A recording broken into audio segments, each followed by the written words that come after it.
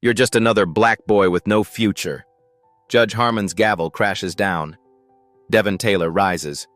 The courtroom falls silent. 17, shoulders squared despite the weight of every stare. The judge leans forward. I know your kind. Just another statistic. His finger jabs the air between them. No discipline, no father figure. The judge's lips curl. Where is your father, anyway? Devin maintains perfect eye contact. May I call him, Your Honor? Judge Harmon smirks. By all means. If he even answers. Devin pulls out his phone, dials. The courtroom watches. Dad? Judge Harmon says you failed to raise me right. He's wondering where you are. Devin's voice remains steady. Could you come to courtroom 4B now? Who exactly waits on the other end of that line?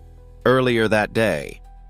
Devin Taylor enters the courthouse with his science project, a sophisticated air quality monitoring system. The metal detector beeps. Officer Briggs steps forward, eyes narrowing. What's that contraption? He grabs the device without waiting for an answer. An air quality monitor, sir, for my presentation to the Environmental Committee today. Briggs turns the device over roughly. Looks suspicious to me. Devin keeps his voice level. I have documentation. He reaches toward his backpack. Hands where I can see them, Briggs shouts, drawing attention from everyone in the lobby. Devin freezes. His heart pounds as Briggs calls for backup. Got a suspicious device. Uncooperative subject. Two more guards appear. Devin notices Judge Harmon watching from nearby, arms crossed, making no move to intervene. I'm just here for my scheduled presentation, Devin explains again. Judge Harmon approaches. His gaze shifts between Devin and the device. Why aren't you in school, boy? I have an excused absence, sir. I'm presenting to the Environmental Committee. Environmental Committee? In my courthouse? The judge's tone drips with disbelief. Yes, sir. Yes. Room 302 at 11 a.m. Dr. Williams is expecting me. The judge checks his watch. We'll see about that. Bring him to my courtroom first. The guards escort Devin away. His carefully constructed project now sits partially disassembled in Officer Briggs's hands. As they walk, Devin notices other visitors with briefcases and electronics passing through security without question. A white student with a science fair display board walks right through. Devin texts his father. Delayed at security, might miss presentation time. His father replies instantly. What's happening? Devin starts typing, then stops. His father has enough pressure already. Just extra security checks, nothing serious. Judge Harmon walks ahead, his robes flowing behind him. Devin catches fragments of his conversation with Briggs. These people always have excuses. Teach him about authority. Knows his place after today. Devin straightens his shoulders. This isn't about his project anymore. What does Judge Harmon really want with a high school student's environmental science project? In Judge Harmon's empty courtroom, Devin stands before the bench. His project sits in pieces on a table. Explain again what this device does. Judge Harmon doesn't look up from his phone. It's an air quality monitor that measures particulate matter in low-income neighborhoods, Your Honor. Devin keeps his voice steady. I've been collecting data showing correlation between poor air quality and respiratory illness rates. Judge Harmon tosses Devin's papers aside without reading them. And why bring this to my courthouse? The Environmental Committee meets here monthly. I was invited to present my findings. Dr. Williams confirms there's a meeting. Judge Harmon scrolls through his messages. Says nothing about student presentations. Devin's stomach tightens.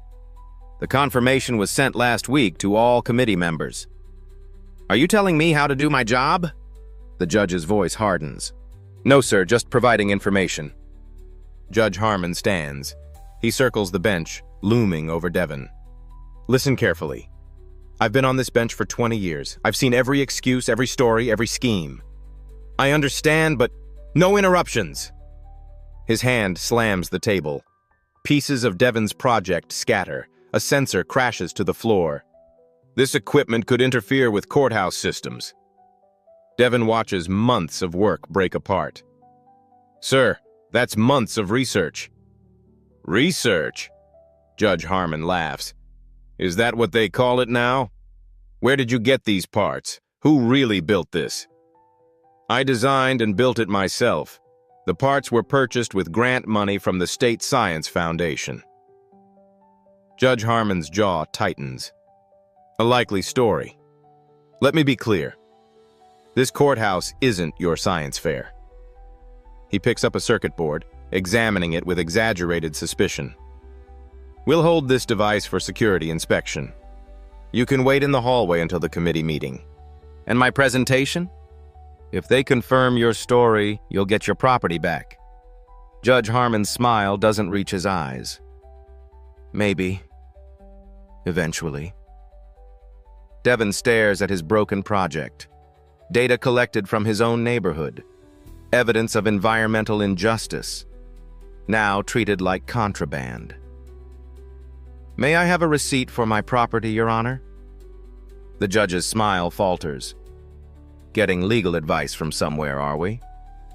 Will Devon's months of work be destroyed before he can even present it?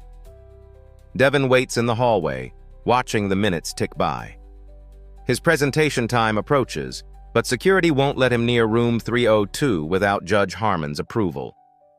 Dr. Williams, a gray-haired environmental scientist with wire-rimmed glasses, spots Devon. There you are. Why aren't you setting up? We start in 15 minutes. Judge Harmon confiscated my project, says it's suspicious. Dr. Williams' eyebrows shoot up. That's absurd. You're our keynote student presenter. They return to Judge Harmon's courtroom together. The judge is on a call, holding up one finger to make them wait. Devon notices how the judge's posture changes when he sees Dr. Williams. Straighter, more formal.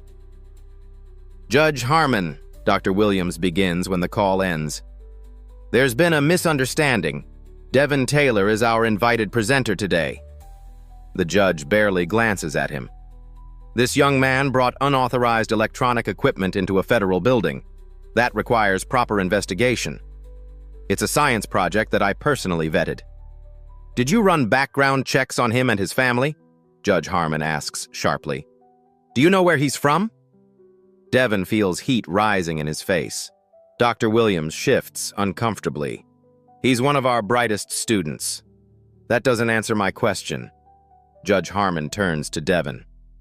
Where exactly are you from, Mr. Taylor? I was born in Chicago, sir. We moved here 3 years ago. And before Chicago? Devon blinks, confused. My family has been in Chicago for generations. Judge Harmon makes a dismissive noise. Your project will remain confiscated until proper authorities can inspect it.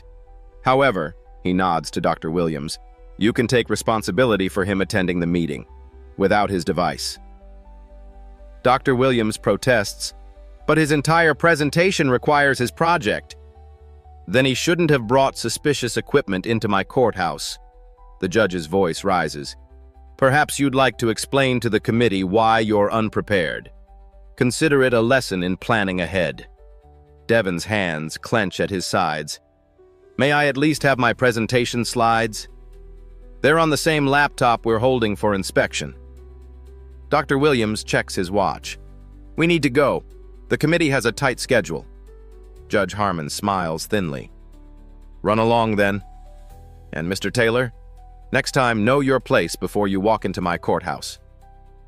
Devon follows Dr. Williams to the meeting room. His heart pounds as they enter. 12 committee members sit around a conference table. Several observers line the walls. I apologize for the delay, Dr. Williams announces. We've had an unexpected situation. Devon steps forward. Every eye in the room turns to him. The weight of their expectations crushes down. I apologize, Devon begins, voice steady despite the humiliation burning in his chest. Judge Harmon has confiscated my project and presentation materials. I'll do my best to explain my findings from memory. Whispers spread through the room. Devon sees pity on some faces. On others, quiet judgment. A woman in the back row shakes her head and writes something in her notebook. How will Devon salvage his presentation without any of his materials? Devon stands before the environmental committee, empty-handed. He takes a deep breath and begins speaking from memory. My project measures particulate matter concentrations in low-income neighborhoods versus affluent areas. His voice grows stronger with each word. Over 6 months, I documented levels 3 times higher in minority communities. Despite the absence of visual aids, committee members lean forward. Devon sketches air particle distribution patterns on a borrowed notepad, explaining collection methodology and statistical controls. I identified correlation between pollution spikes and respiratory emergency room visits. He draws another diagram. The data shows environmental protection laws are enforced differently based on neighborhood demographics. Dr. Williams watches with quiet pride as Devon transforms potential disaster into a compelling presentation. When Devon finishes, the committee applauds. Remarkable work, says committee chair Dr. Lawson. Especially under these circumstances. Where is your project now?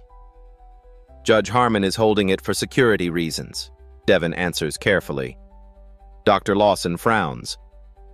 That's unusual. We'll look into it. Meanwhile, your findings deserve wider attention. Would you consider presenting at the state conference next month?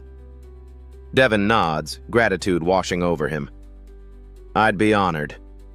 As the meeting adjourns, Devon excuses himself to the restroom. In a private stall, he leans against the wall. The adrenaline crash hits him hard. His hands shake slightly as he pulls out his phone. He dials his father but gets voicemail. Dad, something happened at the courthouse. Judge Harmon confiscated my project and... He pauses, not wanting to sound like he's complaining. I managed okay, but I could use some advice. Call when you can. Dr. Williams waits outside. You did incredibly well, Devon. I've never seen such poise under pressure. Thank you. Do you think I can get my project back today? Let's find out. They return to Judge Harmon's courtroom. The judge is hearing a minor case. He spots Devon and Dr. Williams but makes them wait. Devon watches the proceedings, noting patterns. The well-dressed white defendant receives patient questioning. The young Hispanic woman who follows gets rapid-fire interruptions. After an hour, the courtroom clears. Judge Harmon finally acknowledges them. Still here, Mr. Taylor? Yes, sir. I've completed my presentation and would like to collect my project. That won't be possible today. Our security team needs to complete their inspection. Dr. Williams interjects. Judge Harmon, Devon needs his equipment. It contains months of irreplaceable data. Should have thought of that before bringing unauthorized devices into a federal building. Devon meets Judge Harmon's gaze. When can I expect it back, sir? When we're satisfied it's safe. Could be days, could be weeks. Devon makes a silent vow, his expression betraying nothing. He thanks the judge politely, turns and walks out with perfect composure. Once outside, he makes another call, this time to a different number. Uncle James, I need some legal advice about property confiscation in a federal building. His uncle's voice comes through clearly. Tell me everything. Who is Uncle James, and what legal strategy might he suggest? The next morning, Devon arrives at school, his mind still on his confiscated project. His physics teacher, Ms. Reynolds, pulls him aside after class. Devon, what happened yesterday? Dr. Williams called me. Devon explains the situation carefully, sticking to facts without emotion. Ms. Reynolds' expression darkens. Judge Harmon had no right to keep your property without cause. Have you told your father? Left him messages. He's at a conference in D.C. Well, don't give up. The Science Fair Committee still wants your entry next week. Devon nods. I'll need to rebuild everything from scratch. During lunch, Devin's phone buzzes with a text from an unknown number. Your project marked for disposal tomorrow morning. Security protocol. Sorry, friend at courthouse. Friend at. Devin's heart races. Months of irreplaceable air quality data gone. He tries calling his father again. Voicemail. After school, Devin returns to the courthouse. The security guard, different from yesterday, stops him. I need to speak with Judge Harmon, Devin says firmly. Judge left for the day. Come back tomorrow. This can't wait. My property is scheduled for disposal. The guard shrugs. Nothing I can do. Devin spots Officer Briggs down the hall. Officer Briggs, a moment please. Briggs approaches reluctantly. What now, kid? My project is scheduled for disposal tomorrow. It contains irreplaceable research data. Judge's orders. Briggs smirks. Maybe you'll think twice before bringing suspicious devices here. Could I at least recover the data drive? It's the small blue component. No unauthorized access to secured items. Briggs turns away. Learn your lesson and move on. Devin walks outside, fighting frustration. He calls his uncle again. They're destroying my project tomorrow. I can't reach Dad. Document everything, his uncle advises. Names, times, what was said. I'm making calls. That evening, Devin works furiously in his garage, attempting to recreate his project from memory and spare parts. His mother watches from the doorway. Devin, sometimes fighting isn't worth it. This is, Mom. Devin doesn't look up from his work. This isn't just about my project anymore. What is it about then? Devin connects two wires carefully. When Judge Harmon confiscated my project, he didn't just take a device. He tried to silence data showing his courthouse sits in a neighborhood with the worst air quality violations. His mother's eyes widen. You think this is deliberate? I don't know, but I'm going to find out. What calls is Uncle James making, and will they come in time? Early morning. Devin arrives at the courthouse before it opens, carrying documentation proving his ownership of the project and its scientific purpose. He waits on the steps, reviewing the paperwork his uncle helped him prepare overnight. Judge Harmon arrives, surprise flashing across his face when he spots Devin. Mr. Taylor, persistent, aren't you?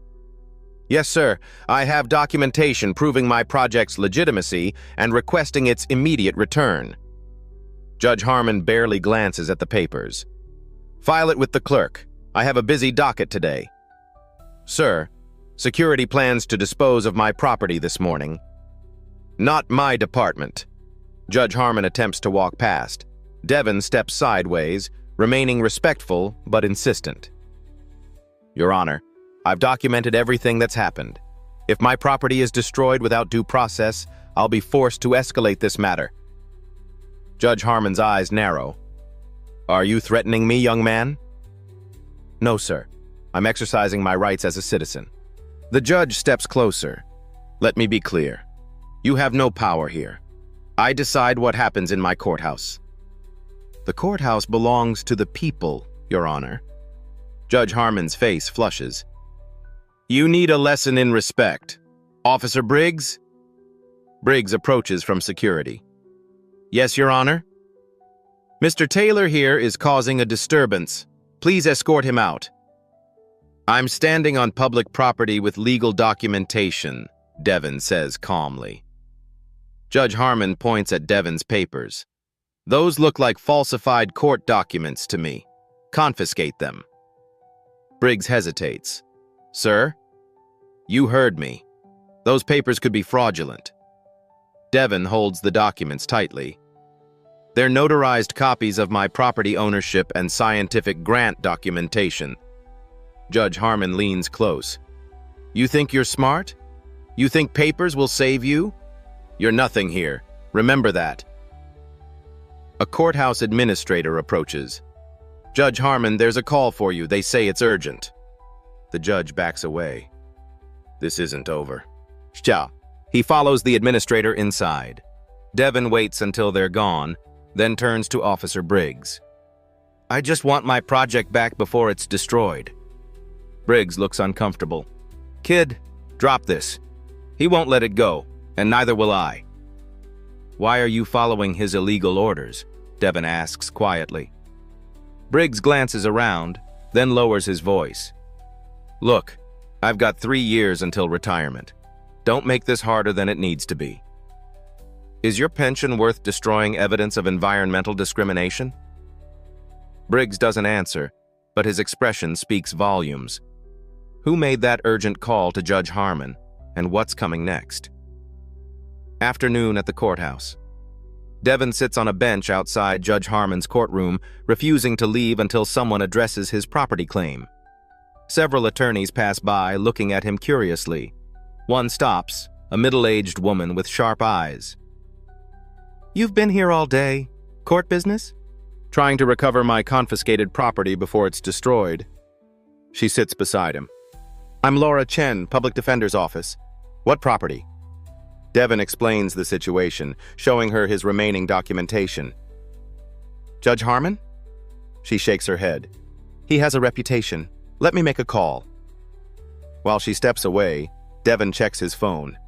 Still no response from his father. But a text from his uncle reads, Hold tight. Help coming.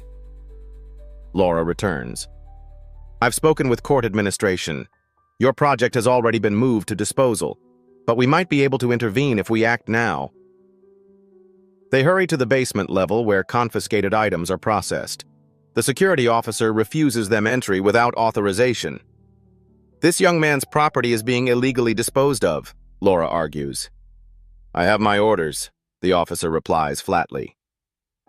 Through the door window, Devon spots his project on a table, partially disassembled. That's it right there. Please, that's months of environmental research. The officer blocks the view.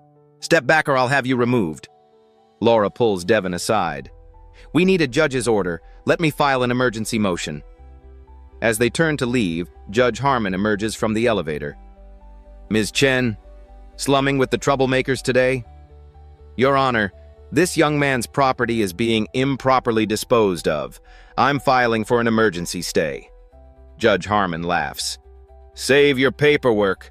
That device was deemed a security risk by me personally. Based on what evidence? Laura challenges.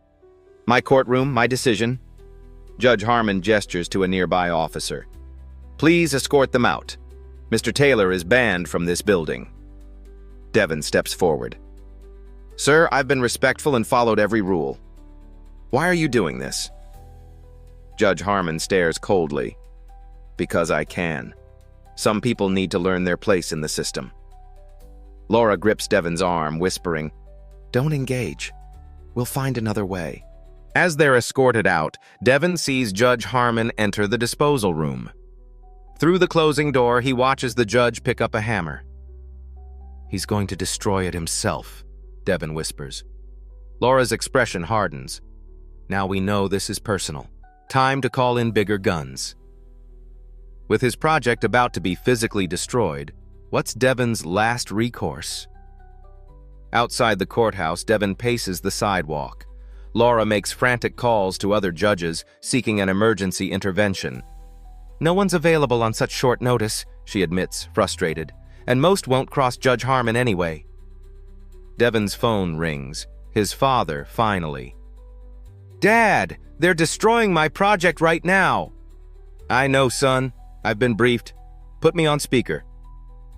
Devon complies, confused. Laura watches curiously. This is Robert Taylor. His father's authoritative voice fills the air. Who am I speaking with? Laura Chen, Public Defender's Office. Your son's project is being improperly disposed of by Judge Harmon. I understand. Ms. Chen, please escort Devon back inside. Insist on seeing Judge Harmon immediately. Tell security to call this number if there's any resistance. He recites a government extension. Laura looks skeptical but nods. We'll try, Mr. Taylor. They re-enter the courthouse. At security, they're immediately stopped. Devon Taylor is banned from the premises, the guard states flatly. Laura stands firm.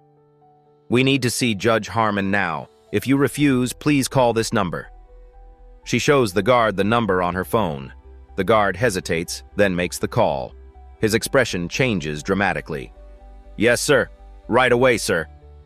He hangs up, suddenly deferential. "You can proceed to Judge Harmon's chambers."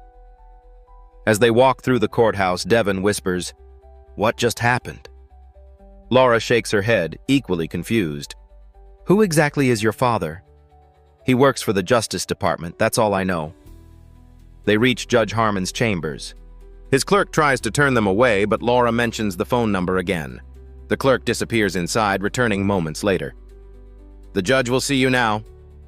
They enter to find Judge Harmon standing behind his desk, Devon's partially damaged project in front of him. A hammer sits nearby. "This is harassment," the judge begins. "I've made my decision about this device." Laura steps forward. "Your Honor, we have instructions to call this number if you refuse to return Mr. Taylor's property." She displays the phone again. Judge Harmon scoffs. "Some bureaucratic underling doesn't concern me." "Then perhaps you should make the call yourself," Devon suggests quietly. Something in Devon's calm confidence makes Judge Harmon pause. He takes the phone reluctantly and dials. "This is Judge William Harmon. Who am I speaking with?"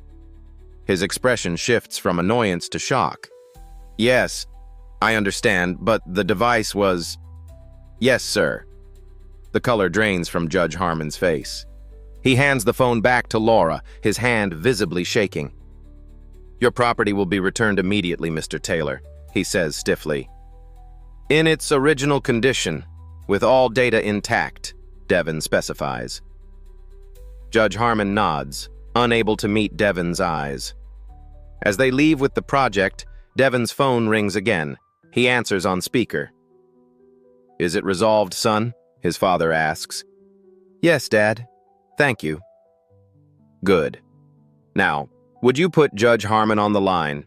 I'm coming to town tomorrow and would like to meet with him personally." Laura stares at Devon in dawning realization.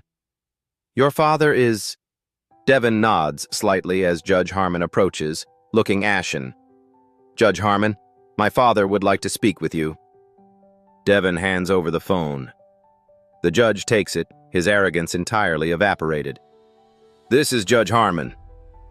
From the phone comes a clear, authoritative voice. "Judge Harmon, this is United States Attorney General Robert Taylor. I'll be in your courthouse tomorrow at 9 a.m. to discuss your treatment of my son and the apparent pattern of judicial misconduct in your courtroom. Please clear your docket." Judge Harmon nearly drops the phone. "Yes, Mr. Attorney General, I'll make the arrangements." He returns the phone to Devon, then retreats to his chambers without another word. In the hallway, Laura lets out a low whistle. "Your father is the Attorney General of the United States?" Devon nods. "He was appointed last year. We keep it quiet at school." No wonder Judge Harmon looked like he'd seen a ghost. Laura examines the project. "Is this really about air quality monitoring?" "Yes. 6 months of data showing environmental protection laws aren't enforced equally across neighborhoods." Devon runs his fingers over the damaged components. The high pollution areas correspond exactly with Judge Harmon's harshest sentencing patterns. Laura's eyes widen. "You found evidence of environmental racism without even realizing its connection to judicial bias." "I just wanted to help my neighborhood breathe cleaner air." Devon carefully packs up his project. "I never expected to expose a corrupt judge." How will Judge Harmon face the U.S. Attorney General tomorrow? Dawn breaks over the city. News vans already surround the courthouse. Word has leaked that the U.S. Attorney General is making an unscheduled visit. Inside his chambers, Judge Harmon paces nervously, phone pressed to his ear. "Senator, you promised protection. Yes, I've always ruled in favor of your interests, but I understand politics, but this is my career." He slams the phone down. His clerk enters, pale-faced. "Sir, there are FBI agents in the lobby." "FBI? Taylor's not wasting time." Judge Harmon straightens his robes, attempting dignity. Meanwhile, Devon and his father arrive at a private courthouse entrance. Robert Taylor is tall, distinguished, with the same calm demeanor as his son. FBI agents flank them. "You okay?" Robert asks quietly. "Better now," Devon replies. "I didn't mean for all this. You stood your ground respectfully. I'm proud of you." Robert squeezes his shoulder. "But this isn't just about your project anymore." They enter a conference room where Laura Chen waits with several Justice Department officials. Maps of the city cover one wall, with certain neighborhoods highlighted. "Ms. Chen has been invaluable," an aide tells Robert. "She's compiled substantial evidence of Judge Harmon's pattern of discriminatory rulings." Laura nods. "It correlates directly with Devon's air quality research. The neighborhoods with poorest environmental protections match exactly with where Judge Harmon's rulings have been most severe against minorities." Robert studies the maps. "And these correlate with Senator Whitfield's development investments?" "Perfectly," another aide confirms. "The senator's shell companies have been buying property in these areas for years, after environmental regulations were selectively unenforced." Devon examines his project. "That explains why Judge Harmon was so determined to destroy my research. It proves the connection." Robert turns to his son. "You stumbled onto something bigger than either of us realized. Your environmental justice project exposed actual injustice." A knock at the door. Judge Harmon enters, flanked by his own attorney. The temperature in the room seems to drop. "Attorney General Taylor," Judge Harmon begins stiffly. "This theatrical display is hardly necessary for what amounts to a misunderstanding about a school project." Robert doesn't offer his hand. "This meeting isn't about my son's project, though that incident provided the thread that unraveled a disturbing pattern. Please sit." For the next hour, Justice Department officials present evidence of Judge Harmon's judicial misconduct. Discriminatory sentencing patterns, selective enforcement of environmental regulations, suspicious connections to Senator Whitfield's business interests. Charts display the data clearly. In neighborhoods with high minority populations, the same ones Devon's project showed had poor air quality, defendants received sentences averaging 40% longer than identical cases from other neighborhoods. Phone records reveal calls between Judge Harmon's chambers and Senator Whitfield's office immediately preceding key environmental rulings that benefited the senator's development companies. Judge Harmon's attorney interjects repeatedly, but each objection is met with more damning evidence. "This is a political witch hunt," Judge Harmon finally explodes. "I've served on this bench for 20 years. "Yes," Robert replies evenly. "And we've reviewed 20 years of your rulings. Care to explain why defendants from certain neighborhoods receive sentences averaging 40% longer than identical cases from other neighborhoods?" Judge Harmon looks to his attorney, who appears increasingly uncomfortable. "Or perhaps," Robert continues, "you can explain these phone calls between your chambers and Senator Whitfield's office immediately preceding key environmental rulings?" The judge's face goes pale. "I want immunity." His attorney stands abruptly. "My client is not making statements at this time." Robert nods to an aide who slides a document across the table. "Judge Harmon, this is a formal notice of investigation by the Justice Department. You are being placed on administrative leave pending its completion." "You can't do this," Judge Harmon whispers. "I'm not doing this. Your actions are." Robert stands. "The Judicial Ethics Committee is convening an emergency session this afternoon. I suggest you prepare."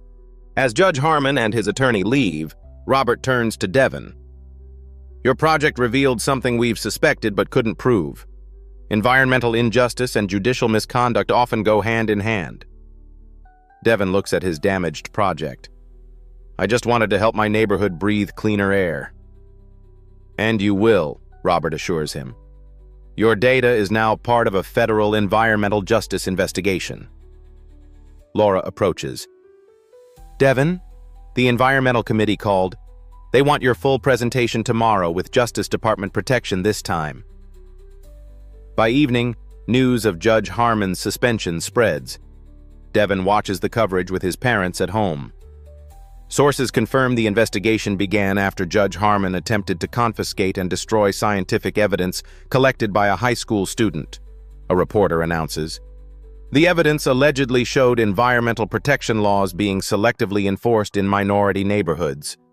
Devon's mother turns to her husband, who, "How big is this going to get?" "Very," Robert replies. "Senator Whitfield's development companies have been exploiting these neighborhoods for years, buying property cheap after environmental violations made them undesirable, then flipping them after selective cleanup." "But why target Devon's project?" his mother asks. "Because data doesn't lie," Devon answers. "My air quality measurements created a map that matched perfectly with Judge Harmon's discriminatory sentencing patterns. It connected environmental racism with judicial misconduct." Robert's phone rings. He answers, listens, then sighs. "Senator Whitfield is calling for an investigation into the investigation, claims it's politically motivated." "Is it?" Devon asks. "Justice isn't political, son." Robert's expression hardens. "But those who obstruct it often hide behind politics." The next morning, Devon presents his findings to the Environmental Committee, this time with his project intact and working. FBI agents stand discreetly around the room.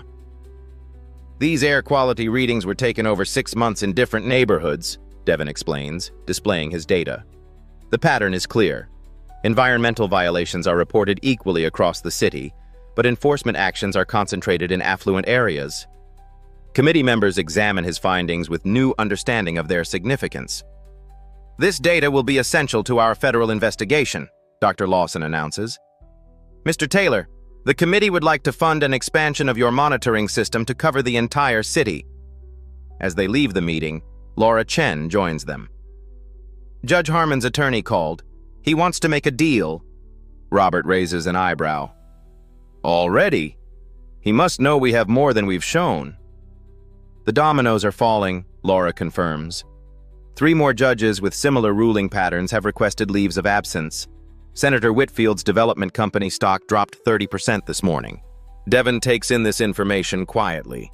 His simple science project has triggered a cascade of accountability. "What happens now?" he asks his father. "Justice," Robert answers simply. "And perhaps cleaner air for your neighborhood." As Judge Harmon seeks a deal, who else will fall in this widening investigation? 1 week later, the Judicial Ethics Committee hearing unfolds in a packed room. Judge Harmon sits with his defense team, looking diminished without his robes.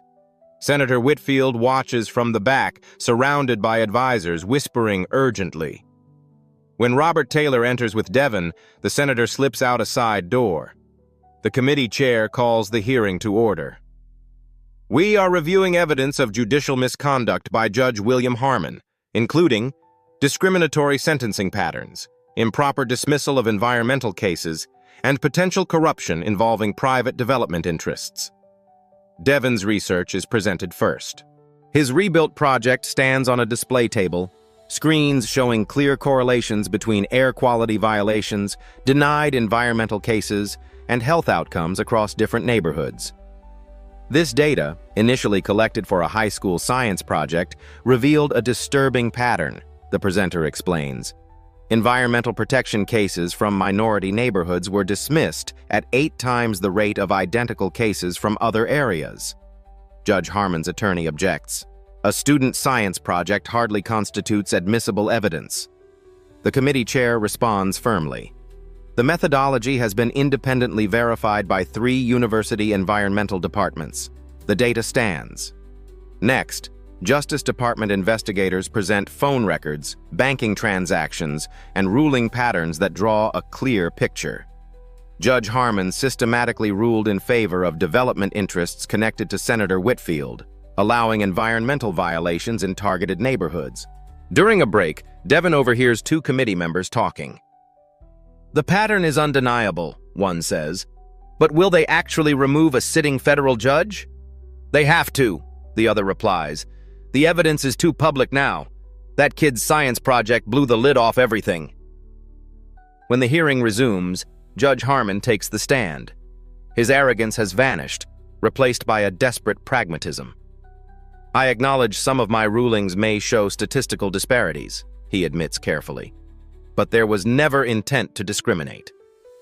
The questioning is relentless. Justice Department lawyers present case after case where identical circumstances led to wildly different outcomes based solely on neighborhood and racial demographics. And your frequent communication with Senator Whitfield's office before environmental rulings? A committee member asks. Judge Harmon hesitates too long. The senator is an old friend. We discussed various matters, including which environmental cases to dismiss to facilitate his development projects. The judge's attorney interrupts. My client wishes to amend his testimony. A murmur runs through the room. Everyone recognizes what's coming. Judge Harmon leans forward. I am willing to provide complete information about Senator Whitfield's involvement in exchange for consideration in my case. The committee chair glances at Robert Taylor, who nods slightly. This hearing will recess while Judge Harmon provides his statement to Justice Department officials. As people file out, Devin approaches his father. He's turning on the senator? When powerful people fall, they rarely fall alone, Robert replies. Harmon knows his career is over. Now he's negotiating the terms of surrender. Outside the hearing room, reporters swarm. Devin stays back as his father addresses the press. Today marks an important step toward environmental justice in our communities. When we allow environmental protections to be selectively enforced, we are deciding whose children deserve clean air and whose do not. That is unacceptable in America. Devin notices Judge Harmon being escorted to a private room, shoulders slumped, the weight of his actions finally visible on his face. Their eyes meet briefly. The judge looks away first. Later that evening, news breaks. Senator Whitfield has resigned, citing health concerns. 3 development companies announce emergency board meetings. The EPA launches investigations in 12 cities with similar patterns. At home, Devin watches the coverage with mixed emotions. You never intended any of this, his mother says. No, Devin admits, but I'm not sorry it happened. His father joins them, loosening his tie. Judge Harmon provided names, dates, amounts. The corruption network was larger than we imagined. Will it make a difference? Devin asks. For the neighborhoods like ours? Robert nods. The EPA is fast-tracking remediation for the affected areas, and your monitoring system is being adopted as a model for community oversight. Devin considers this. From science project to federal policy. That's how change happens, his father says. One person stands their ground, others follow. With Harmon cooperating, how high will this corruption investigation reach? 3 months later. Devin stands at a podium in Washington, D.C., addressing the National Conference on Environmental Justice. His rebuilt and enhanced air quality monitoring system is displayed prominently beside him. Environmental justice isn't abstract, Devin tells the audience of scientists, activists, and government officials. It's about who can breathe clean air, who has safe water, and whose children play in toxic soil. The conference room is packed. In the front row sit Robert Taylor and Laura Chen, now heading a new environmental justice task force at the Justice Department. Devin continues, My project began as simple data collection in my neighborhood. It ended by exposing how environmental protections were selectively enforced to benefit development interests at the expense of minority communities. Screens behind him show before and after maps of his city. 3 months ago, these red zones had particulate matter levels exceeding federal standards by 300%. Today, with proper enforcement, those levels have dropped by 70%. After his presentation, Devin joins a panel discussion with environmental scientists and legal experts. The Taylor case, as we now call it, has transformed our approach, says EPA Director Harrison. We've launched similar monitoring programs in 30 cities nationwide. The data is revealing similar patterns of selective enforcement. A Justice Department representative adds, Following Senator Whitfield's indictment, We've opened investigations into similar arrangements in 12 other states. Judge Harmon's testimony has been invaluable. Devin listens, still processing how his science project catalyzed such sweeping changes. During questions, someone asks about the judicial system reforms. The Administrative Office of U.S. Courts has implemented new transparency requirements, explains Judicial Ethics Committee Chair Lopez. All environmental rulings must now include detailed reasoning and are subject to statistical review for potential bias patterns. After the conference, Devin and his father walk through the National Mall. Senator Whitfield's development company is paying for environmental remediation in all affected neighborhoods, Robert tells him. The settlement includes funding for community health clinics specializing in respiratory conditions. Devin watches children playing nearby. Will it last, though, these changes? That depends on people like you, Robert says. Systems only change when someone challenges them. Devin's phone buzzes with a notification. The state university has offered him a full scholarship to study environmental science and law. They want me to expand my monitoring system statewide, Devin says, amazed. Robert smiles proudly. From science project to state policy, not bad for a high school senior. I just wanted to help my neighborhood, Devin says. I never expected all this. That's how change usually happens, Robert replies. Someone refuses to accept injustice, even when they're told to know their place. As they continue walking, Devin notices a news alert on his phone. 3 more judges in different states have been placed on administrative leave pending investigations. It's spreading, Devin observes. Robert nods. What you uncovered wasn't isolated, it was systemic. Sometimes all it takes is one crack in the foundation to reveal structural problems. And one person standing their ground, Devin adds. Exactly. Robert points to the Justice Department building in the distance. Next week, we're announcing a nationwide environmental justice initiative based partly on your monitoring model. Community-driven data collection, transparent enforcement tracking. As Devin's work spreads nationwide, what powerful interests will resist these changes? 1 year later. Devin walks through his old neighborhood, now transformed. New trees line streets once barren. Air quality monitors, based on his design but now manufactured professionally, stand at key intersections, their data publicly accessible via smartphone app.